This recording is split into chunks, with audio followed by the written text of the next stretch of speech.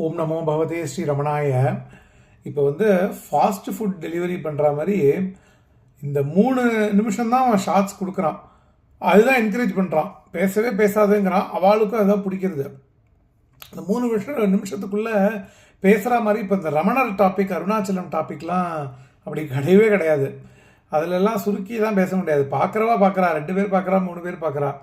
ஆனால் அவன் அப்படி தான் வச்சுருக்கான் பாருங்க. எல்லாமே டிசைன். அந்த 3 நிமிஷம் தான் ஷார்ட்ஸை போடணும்.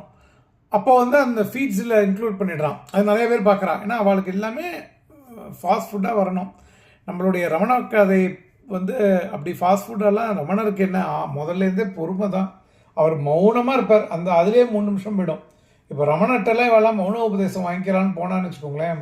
பகவான்கிட்ட டேவிட் காட்மேன் சொல்லுவார், பகவான்கிட்ட ஒரு கொஸ்டினை கேட்டு அதுக்கு ஆன்சரை வாங்குறதே பார்த்தேன் அப்படின்னாக்கா ஒரு பெரிய கலை.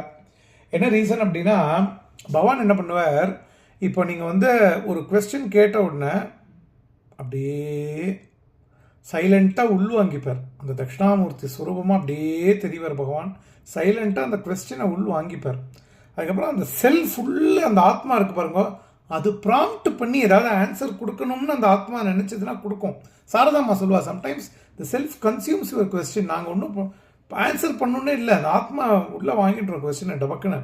அந்த மாதிரி வேணுங்கும்பொழுது அந்த ஆன்சர் எப்படி வரும்னா, ஒரு அழகாக ஒரு மழை பெய்கிற மாதிரி மெதுவாக ஆரம்பித்து தொர தொர தொர தொர தொர அப்படியே அது நிசப்தம். திடீர்னு ஒரு மழை வருவாங்க, கோடை மழை மாதிரி.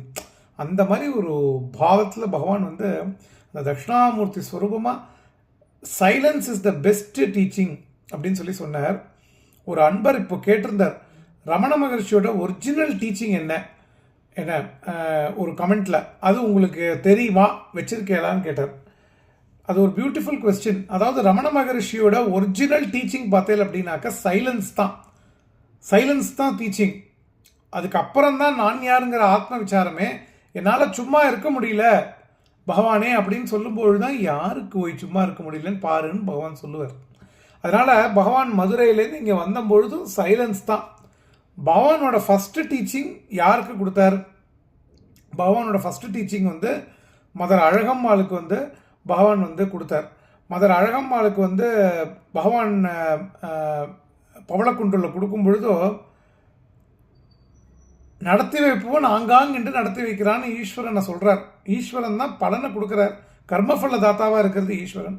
அந்த ஈஸ்வரன் பலனை நிறையா ஆங்காங்கு இருப்பவனு ஆட்டி வைக்கிறான். அவரவர் பிராரத்தப்படி பலனை கொடுத்து ஆங்காங்கு இருந்து ஆட்டி வைக்கிறான்.